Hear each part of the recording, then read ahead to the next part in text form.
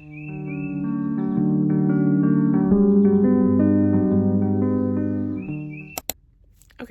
my phone is on 20%, and that's actually really embarrassing because it's only 11:30. So, what if I put you there? Anyways, today we're talking about the fact that every time I look at a number or something, I always see angel numbers. Most commonly, I have been seeing 111, 444, 555, and then occasionally 888. So I am going to the library because I have to anyway. I need to study for my praxis exam, and for some reason when I'm at my house I can't focus. So that's really great, and that's why I need to go to the library, because everyone else in there is productive, so I feel like I need to be productive. And so currently I am at the USPS store, United States Postal Service, to mail my cousin a letter because she just graduated university in England.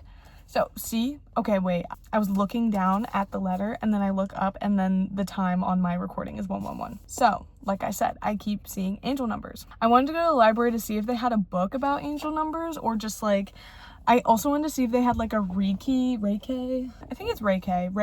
because I have one at home, but then my mom stole it, and I call her the Void, because every time she touches something, it magically disappears. And she says I'm the Void. I am not the Void. She is the Void. So don't know where that book went. We're gonna go to the library. We're gonna peruse around, and then I'm gonna study and get stuff done. And then we're gonna talk more about what angel numbers mean, what are the ones that I'm seeing, like what is my, like, I guess, fortune in that sense. And then when I'm done studying, I'm gonna go home and I'm gonna do a tarot card reading, and we're gonna see what I get. Mainly when I see angel numbers is when I am studying for my praxis exam / when I'm doing anything to further my education in being a teacher. Okay, 222. Oh my gosh, maybe it's just because I'm staring at the thing, but the other day my speedometer I think was at like 888, or wait, let me check because I took a picture. Okay, I lied. It was at 999, and then also I was driving and I looked at my phone. Well, actually, no, I wasn't driving and looking at my phone. I was fully parked in a parking lot and looked at my phone, and it was 555. So I'm gonna go mail this letter, and then I need to get an international stamp, and hopefully that's not $1 billion, because right now gas is $3.99. Okay, anyway, it's getting really hot in my car, so I'm gonna go mail this letter, and I will chat back when we are at the library, which is right down the road. The man in the USPS, I keep wanting to say UPS, but it's USPS. He was super cutie pie. He was talking to me about the World Cup, of course. He was like, oh, who's gonna win? And I was like, I'm voting Argentina. And he was like, oh, because of Messi? And I was like, oh, is he on that team? Because I don't really know that much. I just know, like, who's doing pretty good and stuff. Sorry, old man. Wholesome interaction at the USPS store. And now we are going to the library. Oh, and he was like, oh, you have some friends in England? I was like, oh, my family lives in England, and my cousin just graduated university, as they call it. And then he thought that was, I made him giggle.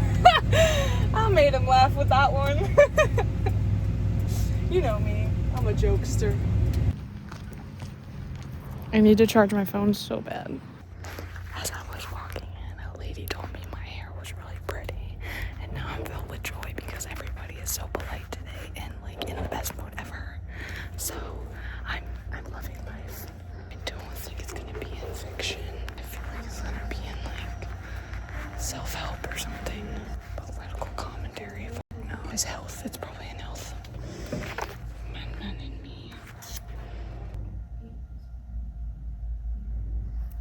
I kinda wanna read that. Update, they have nothing Reiki, or anything like that. So internet it is. But first we study.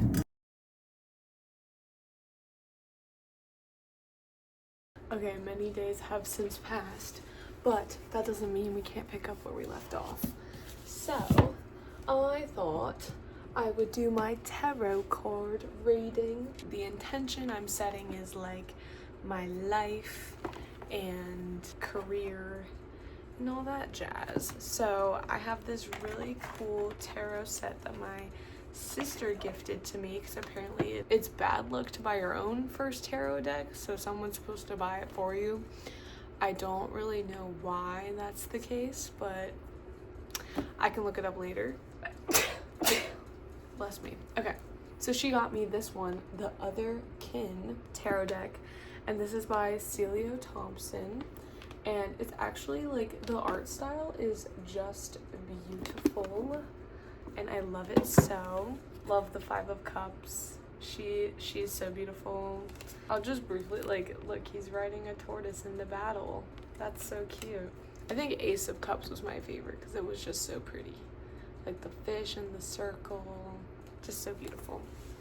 Okay, so I'm going to shuffle these cards, and they're quite large. Like one card is like as big or bigger than my hand, so let's just, like, as I'm shuffling these cards, I'm gonna set the intention of, like, what are my angel numbers trying to tell me? Am I on the right track while I study for this? Or I've already studied and taken my praxis exam and I passed. I'm just waiting on my exam scores to come back, but it's taking forever and it's not gonna come till August 7th, and that worries me because I don't think there'll be enough time for, you know, a position that I specifically want to open and for them to hire me. So we can do context, focus, and outcome, or past, present, future, or we can do past, present, future, and then the question and potential, a 5-card spread. Above the central card is the card representing the potential or potential outcome. To the left you are past influences, to the right are future elements where the situation is heading. The bottom card is what I call the question, but it can also be seen as the card that helps you examine your motivations. So maybe I'll do that because I feel like I am focusing on the primary question of, like, am I doing the right thing right now, career-wise? Okay, hey, you're over my shoulder.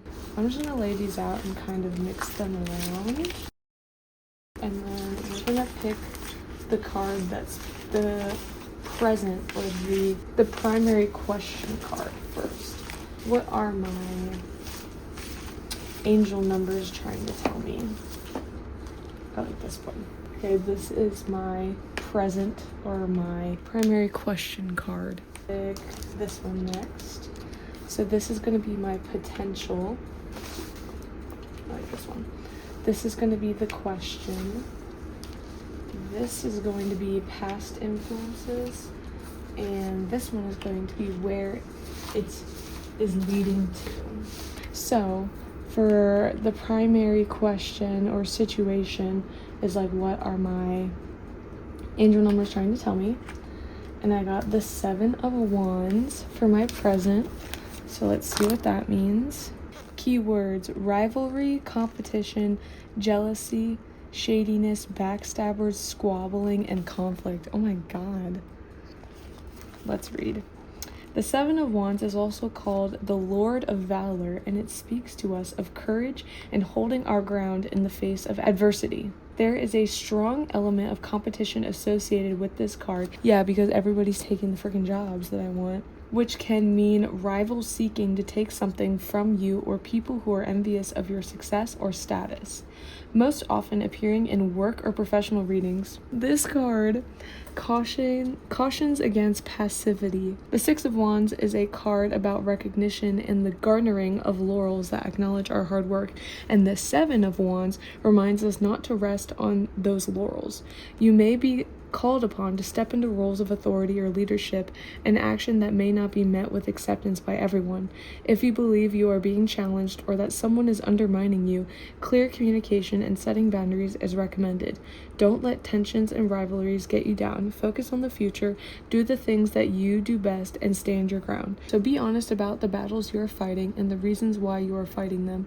If these things are forwarding your mission, then stay the course. On the other hand, if you feel like you are paddling upstream and have lost sight of your long-term dreams and goals, you may need to reevaluate. Let's do the past influences. Okay, so we got reversed 4 of Pentacles. Okay, this one is so sad. It's a freaking like monkey locked up. I don't like that. So keywords are prosperity, security, saving, greed, wealth, materialism, superficiality. Oh my gosh. The Four of Pentacles in the Otherkin Tarot shows an ape grasping its treasure with both hands and feet. He is entirely preoccupied with his jewels and coins. The golden ropes of his stash have wound their way around his hands, rendering him immobile. The creature's expression and posture are defensive. He looks wary, even fearful. This card has a double message. It can encourage a querent to save, invest, and protect their resources, and also warns against greed and materialism. Oh my gosh. Okay. So the reverse of Four of Pentacles is the card that speaks of the opportunities for growth and joy that you may be missing. You may be placing so much emphasis on material and accumulation that your relationships, health, and daily happiness are being adversely affected. Tarot also always urges balance, so plan for the future, but allow yourself to enjoy each day. Protect yourself and your resources, but don't become defensive and paranoid. This card can also appear in a reading when the querent's relationship to money is out of whack. Well, I'm pretty good with money, so I don't think I really relate with that. Yeah, it says compulsive shopping, gambling, or financial dishonesty can be indicated. Yeah, I don't really have a problem with that. We all long for financial security and prosperity, and the tarot can help us achieve our goals, but it also reminds us at every turn that relationships, creativity, and health are things we must treat with equal emphasis and investment. Okay, and now we have future. So where is this heading? So we have Ace of Swords. Our keywords are focus, ambition, power, mind over matter, confidence, clarity, vision. The Ace of Swords is a strong card that speaks of channeling the power of the intellect into new ventures and situations. There is a clear, cold energy to the Ace of Swords. The emphasis here is on the mind over the heart, and the querent must act with authority and self-confidence.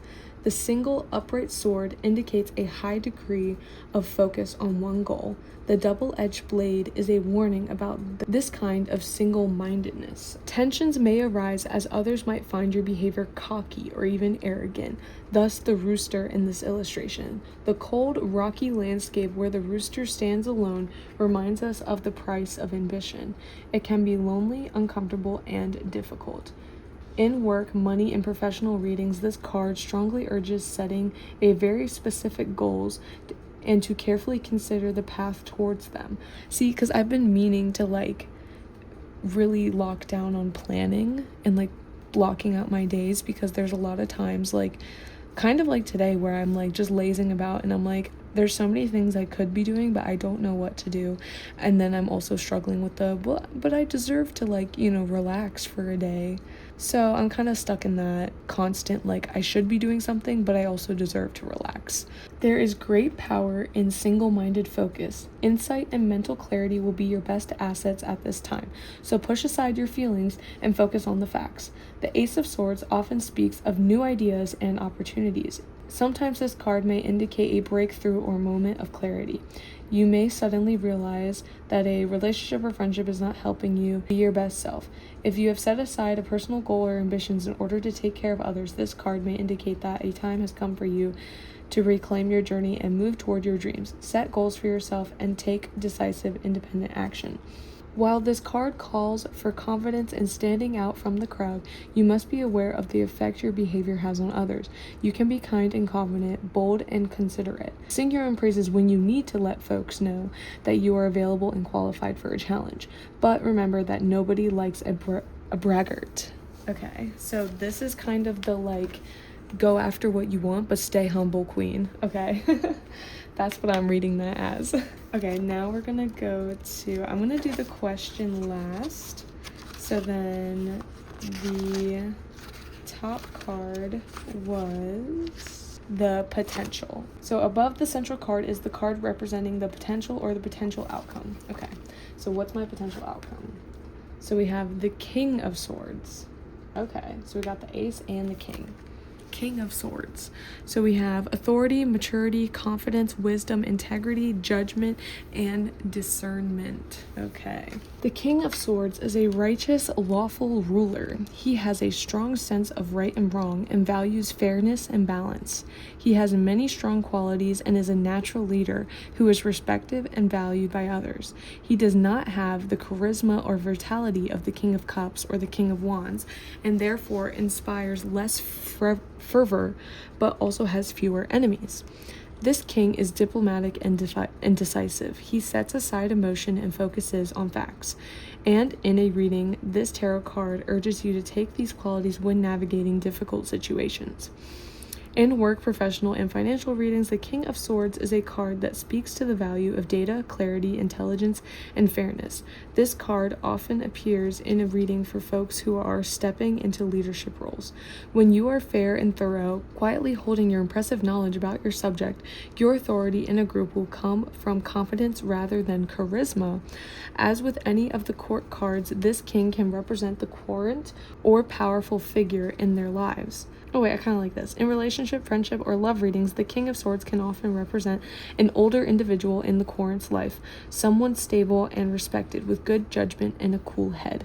This reminds me of my fiance, Connor. He is very cool and stable and knows how to think things through. This card can also suggest that the querent channel these qualities in their dealings with others, employ objectivity, equanimity, fairness, and focus on the facts. The illustration on this card is a pelican who has long been a folkloric symbol of dedicated parenthood. If this card represents your mate, they can likely be relied upon to be a stalwart partner and stable element.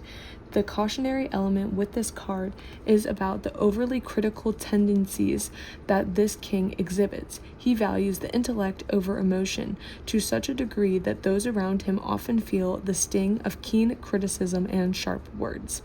If this card represents you, remember to temper your intelligence with compassion. And I do have that problem, like if someone doesn't know something or like isn't as educated on a subject as I am, I'm like, really? You don't know that? When I should be like, not like that. So that's something I need to work on.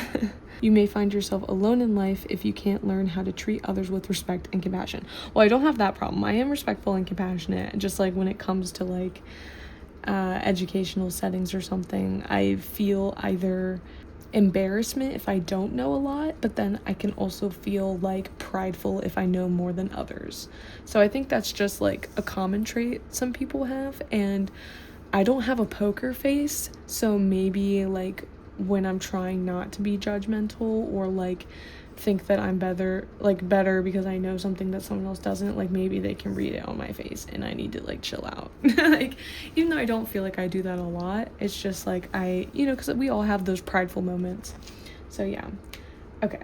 And then the last one, I keep having to remind myself what they are just so it's fresh in my mind. So the bottom card is called the question, but it can also be seen as the card that helps you examine your motivations.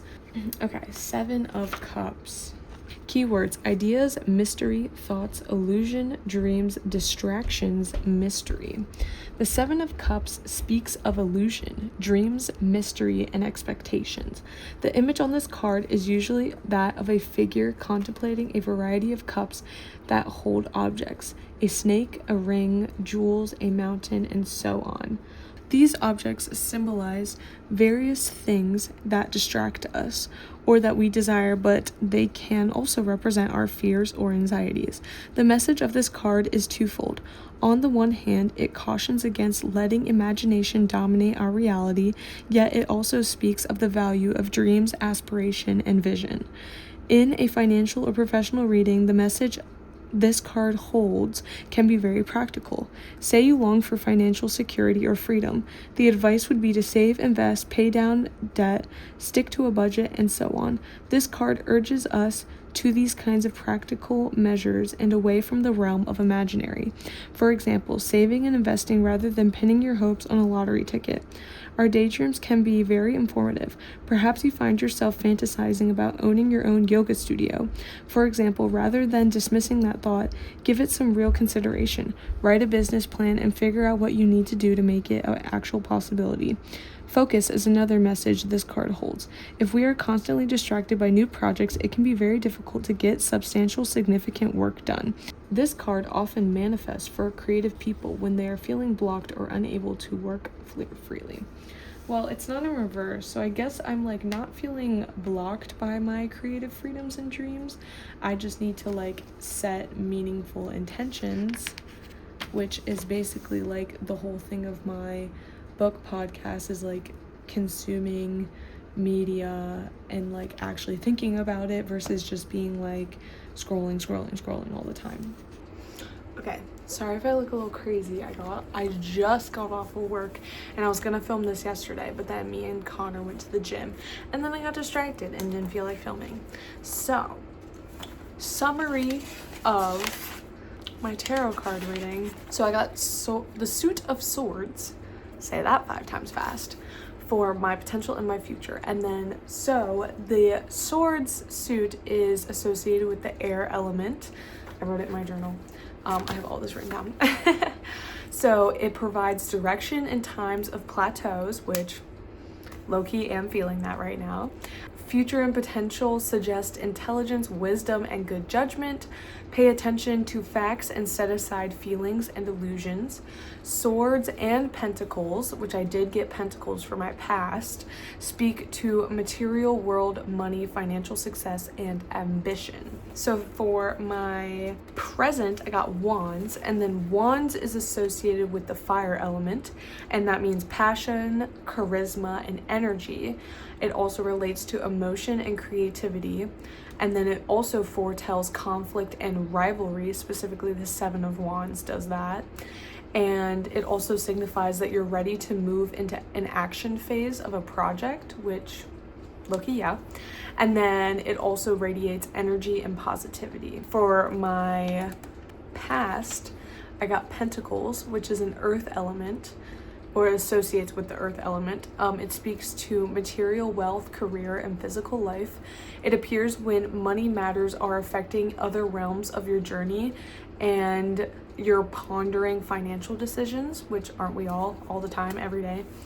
And isn't money always affecting how we live our lives? So, I don't know, taking that with a grain of salt, because I feel like in this world, money affects everything. If you have a lot of money, you maybe don't have as many struggles, versus if you don't have a lot of money, you have more struggles, because money is the stepping stone to getting somewhere better, unfortunately. And then it says with aces, which I had the Ace of Swords specifically. It suggests that my potential course of action may lead to financial consequences or success. Well, that's the only 2 options. So, whatever. It suggests actions that don't lead to immediate gratification but aid in long-term success. And then reversed, which I did have the reversed Pentacles for my past, it signifies greed, materialism, unwise investments, or plans that didn't lead to a prosperous future. And then cups are associated with the water element. So I think it's funny how I got each element kind of like a balance, which is funny because in the book it kept saying how tarot always pushes for balance. So I think that's interesting that I got air, earth, water, and fire elements in my reading. So cups is associated with the water element. It is associated with the flow of creativity, intuition, and emotion. It helps maximize our artistic powers and internal states. It also shows how our life choices affect our creativity, and then it urges us towards stillness, contemplation, and focusing on our feelings.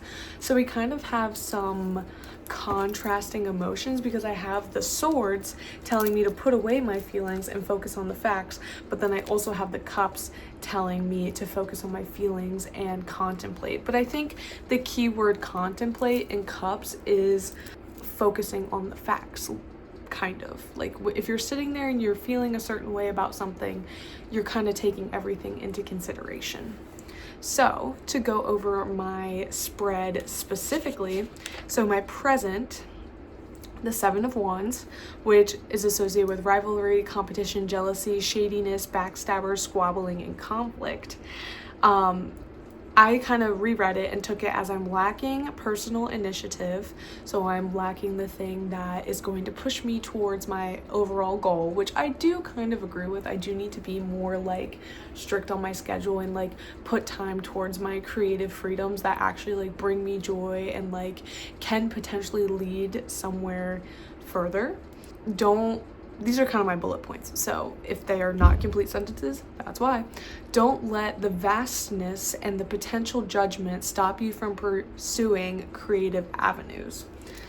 And then think about long-term goals. So I kind of need to reevaluate and think about like, what do I want out of life? What do I want to do? Because I think in a previous video I said I didn't really have any like overarching goals. My like goals were kind of general, like be happy, find joy in life, like those kind of general like feeling type goals, when maybe I should be like setting some physical goals, because I feel like I'm just at a time where I keep like changing my mind. So I think I'm really feeling passionate about teaching and about my creative outlets. So I think that's what I'm gonna focus on. And then my past, which was the reversed Four of Pentacles, that signifies prosperity, security, saving, and then reversed greed, materialism, superficiality, too much emphasis on material accumulation. I'm not really a materialistic type of person. I kind of do hoard my money. I feel like I do need to be saving right now because, you know, me and Connor are trying to buy a house and we're trying to do all these things that you need money for, and we do have a savings and we're getting there. It's just I need to secure a teaching job before we can like comfortably move. I need to allow myself to enjoy each day, which I think I do mainly. Sometimes I just get caught up in the busyness of it all. Invest in my creativity, and then my podcast / content creation may lead to financial success. Because it was talking about how like if you're not pursuing avenues that can lead to prosperity, you might be like hindering your growth. And then my future is the Ace of Swords, which is focus, ambition, power, mind over matter, confidence, clarity, and vision. So this is where I'm kind of headed. So I need to channel intellect into new ventures. I need to act with authority and self-confidence. And I think that's more when it comes to teaching, because I am kind of worried that I don't give off like authoritative figure, because I find myself to be more of like a fun, go with the flow kind of person. So switching into that more like authority role might be, I think it's going to be hard for me. I just need to have that confidence. And then my potential, so this is like the potential of the present, is authority, maturity, confidence, wisdom, integrity, judgment, and discernment, which I think is very much like teacher, how to mold yourself into that teacher position. So I need to rely on facts and less on emotion, like how I'm qualified and able. My authority will come from competence rather than charisma. And then I need to rely on my partner for stability, which I do anyways, but I just wrote that in as like a little reminder. And then I need to treat others with respect and compassion. Not that I don't, just another little reminder that as I'm like moving forward, I need to still embody like respect and compassion. So if like, you know, kids are pissing me off or, you know, something's going on, I still need to hone it in. Okay. And then the last one is the question or my motivations behind my dream outcomes for each avenue.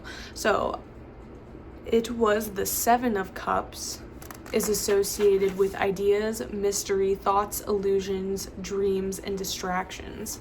So I said, don't let imagination dominate reality while valuing your dreams, aspirations, and visions.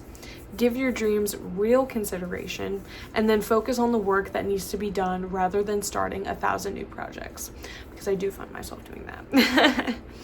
So my conclusions is that I'm lacking personal initiative in my life. I need to block / plan my days better. I need to stop letting fear of judgment rule my dreams and rule/trump over my dreams. I need to invest in my creativity, value my dreams, and plan for success. Focus on the facts of how to accomplish your goals rather than your feelings about the process, because I do kind of get caught up in that. I need to act with self-confidence. And then for my little to-do was to plan out YouTube videos and podcast episodes, which is me investing in my creative outlets, and then keep pushing towards teaching avenues because they will open, because I'm feeling like the competition right now with, it's almost school season, everyone's hiring, and I'm waiting on my praxis scores, which aren't coming until August 7th.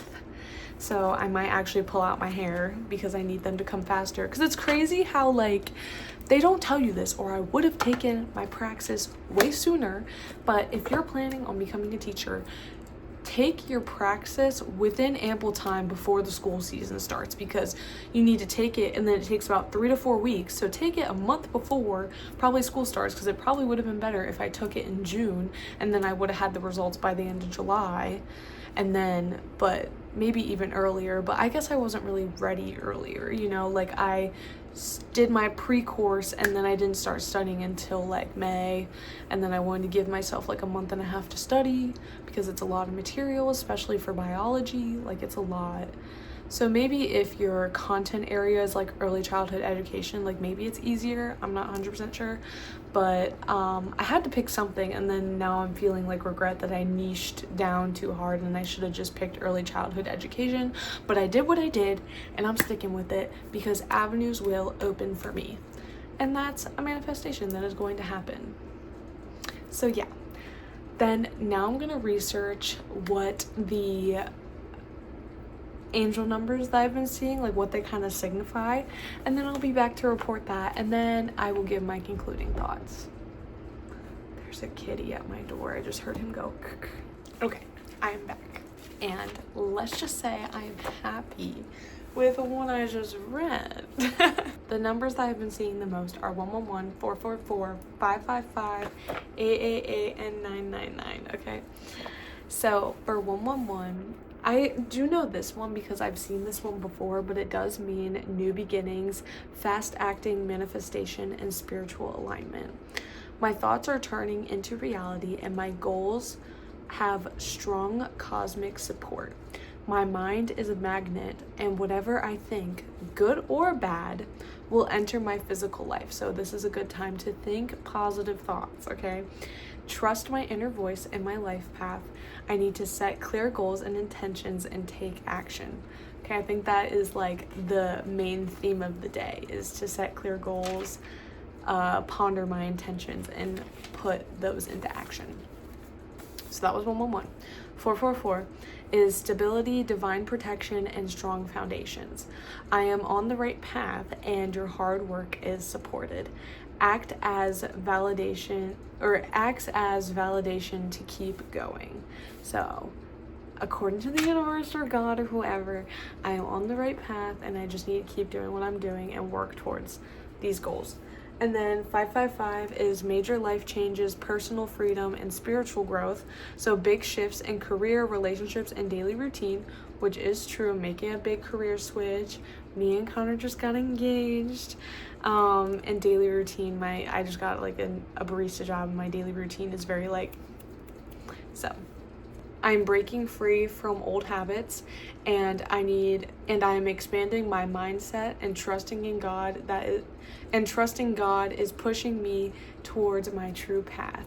It said the universe, but I'm a Christian. I believe in God and the universe I kind of believe in everything. I'm just kind of hoping that someone's right, okay? One of us has to be right. 888 is financial abundance, karmic reward, and universal alignment. So my hard work is paying off and prosperity is flowing into my life.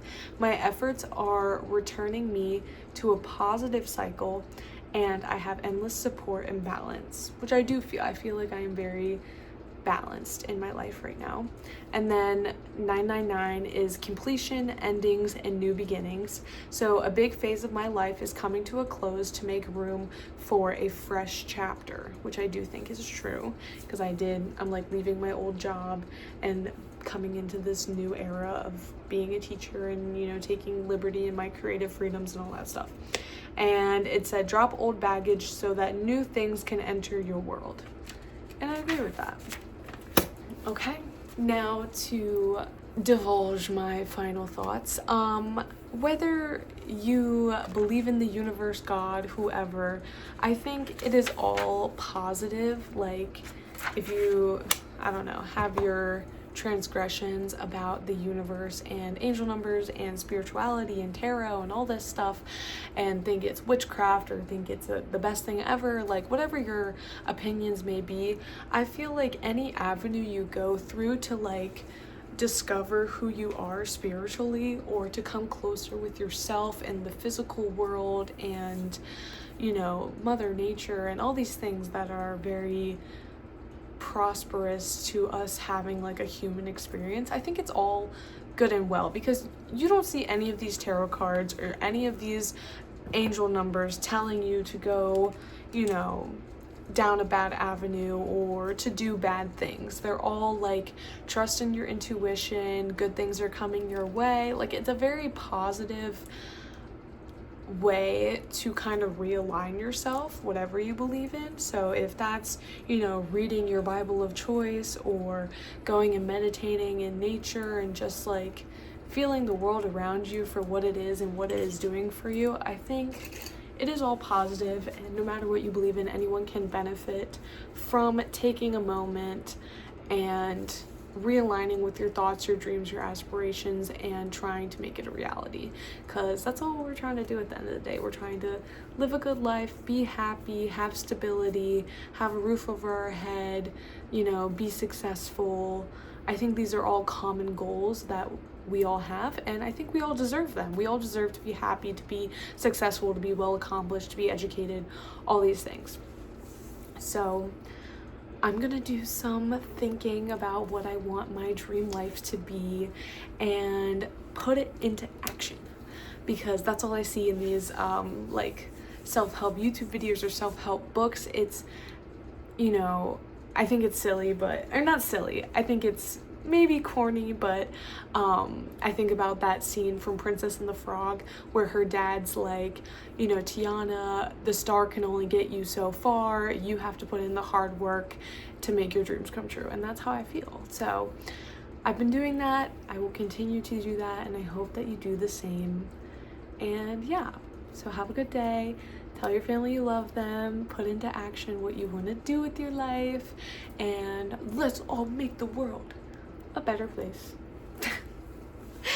So yeah, just trying to keep it positive, guys. Okay, so have a good day. Bye.